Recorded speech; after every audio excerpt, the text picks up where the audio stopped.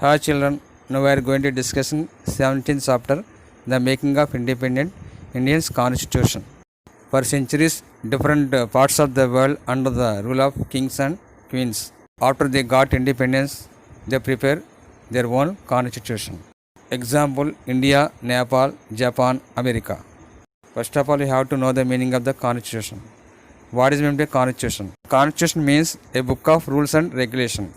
A constitution is a set of rules about how the government should be governed, how the government should be formed, what would be the role of citizen. In this chapter, we try to understand a preamble of Nepal and Japan constitution and the making of the Indian constitution. Every country constitution begins with preamble, which is a short statement of its basic principles and objectives. Now we are going to discussing about the Nepal preamble. It starts with we the people, sovereignty and state authority, inherent people of the Nepal, respecting of the people's mandate expressed in favor of democracy, peace and progression through historical struggles and people's movements launched by the peoples of Nepal. Now we are going to discussing about the Japan Constitution preamble.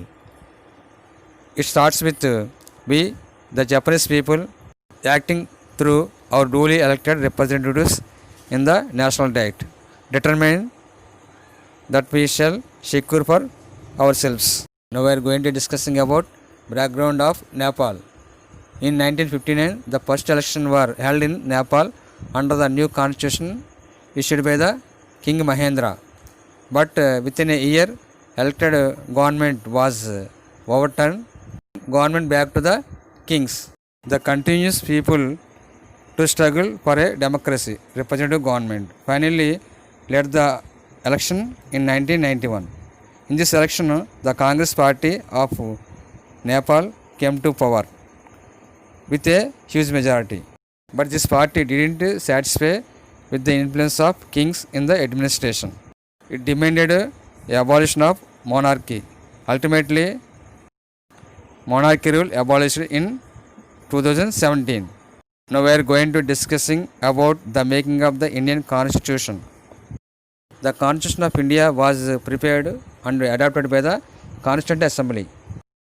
After a long struggle, the Indian people got a freedom from British, as the British government decided to give freedom to the people of India. A new constitution was needed by the Indian people. For this purpose, the Constituent Assembly was formed in 1946 to prepare our constitution. The Constituent Assembly members were elected indirectly by the members of provincial assemblies and princely states. 292 members from the provincial assemblies, 93 members from the princely states elected for Constituent Assembly. 4 members were elected from the Delhi, Ajmer, Mewat, Coorg and British Balochistan. The member of the Indian Constituent Assembly was reached 389 members. 26 members from the scheduled caste are represented in the assembly. In the assembly, there were 9 women members. In the beginning, it had members from all parties of British India, and after 14th August 1947, as the country was partitioned between India and Pakistan, Pakistan had 86 members. Pakistan formed separate Constituent Assembly. The Indian Constituent Assembly was formed with 299 members. The Constituent Assembly was not elected through universal adult branches. Only about 10% of the population could vote in the provincial election. In fact, the members from the princely states were not elected at all. The princely states didn't agree to become a part of the Indian Union. They want to continue as independent kingdoms. CA also taking different kinds of people's opinion through the letters and writings in the newspapers. And other ways, Jawaharlal Nehru made this significant statement in the assembly on 13th December 1946 that the future of India that we have emphasized is not confined to any group or section or province or other, but it comprises all 400 million people of India. For the preparation of our constitution, a draft committee was set up with 7 members. Dr. B.R. Ambedkar was its chairman. Its main task was to prepare the final draft, taking account of all viewpoints. Various important aspects of the constitution were discussed in a great depth, and the assembly gave broad directions on them. For this purpose, various committees appointed by it, such as Union Powers Committee, the Union Constitution Committee, Advisory Committee, Committee on Fundamental Rights, a Committee on Minorities, a Committee on Tribal Areas, etc. Dr. B.R. Ambedkar presented the draft of the Constitution before the CA in 1948. This draft Constitution contains 15 articles and 8 schedules. The final draft was presented before the CA for discussion and approval. The Constitution was finally adopted by the CA on 26 November 1949, and it came into force 26 January 1950. It took time for the preparation of the Indian Constitution, 2 years, 11 months, 18 days, nearly 3 years. Dr. B.R. Ambedkar, the chairperson, some provisions borrowing from other constitution. Now we are going to discussing about the parliamentary form of government and the presidential form of government. Parliamentary form of government we can see in India, and the presidential form of government we can see in America. Now we have to discussing president in India, nominal executive. In America, real executive. Why? Because he elected directly by the people. In India, president is elected by the indirectly. In India, the real powers in the hands of the prime minister. But in America, the real powers in the hands of the president only. The president is the nominal executive in India. The president is the real executive in America. The president is generally bound by the advice of the Council of Ministers. That means in India, the president follows the advice of the ministers. But in America, the president is not bound by the advice of the Council of the Ministers. President of the United States of America can dismiss any secretary, that means any minister, at any time. The president of Indian Union has no power to dismiss. We are going to discussing about the federalism. It is one of the important features of the Indian Constitution.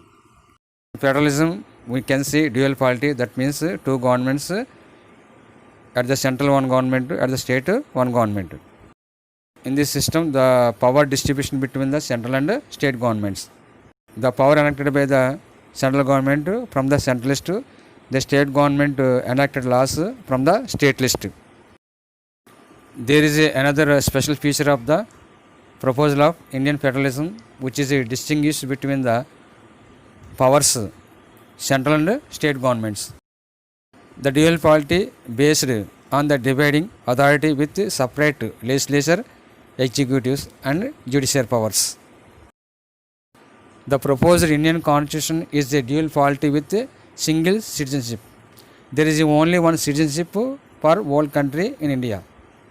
That means only one citizenship in India. There is no state citizenship. Every India has the same right of citizenship, no matter in what her resides.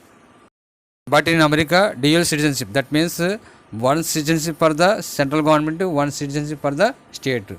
One more country also having two citizenships, that is Switzerland. The federal system, the powers distribution between the state and central government, mainly marriage, divorce, inheritance of property, family relations, contracts, crimes, weight and measures, and banking and commerce, etc. India will have federation, and at the same time will have uniformity in all basic matters which are essential to maintain the unity of the country. These are maintained by the mainly a single citizenship, uniformity in fundamental laws, civil and criminals, and a common all India services to main important posts. The Indian Federation have dual polity, but no dual judiciary at all. The High Court and Supreme Court form one single integrated judiciary having a jurisdiction and providing remedies in all cases arising under the constitutional law. In federal system, the powers distribution between the central and state government, centralist, state list and concurrent list. The central government can make law on the central list. Only state government can make the law on the state list. But in concurrent list, both central and state governments can make a law on the concurrent list. In the federal system, there are two service commissions, public service commissions. One service commission for the state, one service commission for the central. So Central Service Commission we are called UPSC. UPS means Union Public Service Commission, also called All India Services. All India Service recruited civil servants like IAS, IPS, IFS. IAS means Indian Administrative Service, IPS means Indian Police Service, IFS means Indian Foreign Service, with common basic qualification with uniform scale of pay, recruited for the state and central government. Now we are going to discuss about debate on fundamental rights. In this debate, the members discussed about untouchability. Mainly, Mr. Pramod Rajan Thakur, NC Banerjee, Rohit Kumar Chaudhary and K. M. Munshi were participated. Mr. Pramod Rajan Thakur said that I don't understand how you can abolish untouchability without abolishing caste system. Untouchability is nothing but the symptom of the disease, namely the caste system. Banerjee said that there was a lot of confusion in the definition of untouchability. Sometimes it means merely taking a glass of water, and sometimes it has been used in the sense of admission of Harijanas into the temples. Sometimes it meant intercaste dinner, sometimes intercaste marriages. Mahatma Gandhi has used in various ways and on different occasions with different meanings. Mr. Thakur has said untouchability is merely a symptom, the root cause in caste. Different people have different opinions about untouchabilities. Ultimately, untouchability abolished by the Indian Constitution. Now, untouchability is a crime according to the 17th article of Indian Constitution. According to Mahatma Gandhi, untouchability is a sin. The picture, it is a Statesman's newspaper. It was published 26 January 1950 when Constitution came into force. This was published from Calcutta. This is the important for information skill. Now we are going to discussing about subtopic of Constitution and social engineering. From this topic, try to understand the reservation of the weaker sections, promotion of the minorities. Before independence, the Indian society was ridden with inequality, injustice. During the colonial rule, they exploited economically, and some classes in the society not enjoyed the rights, mainly weaker sections, SC, STs and minorities. After the independence, the constitution makers provided a number of special measures, mainly reservations for the weaker sections, to protect the interest of the SC, STs, such as the reservations of seats in legislature and reservations for the public sector jobs, that means government jobs, and in education.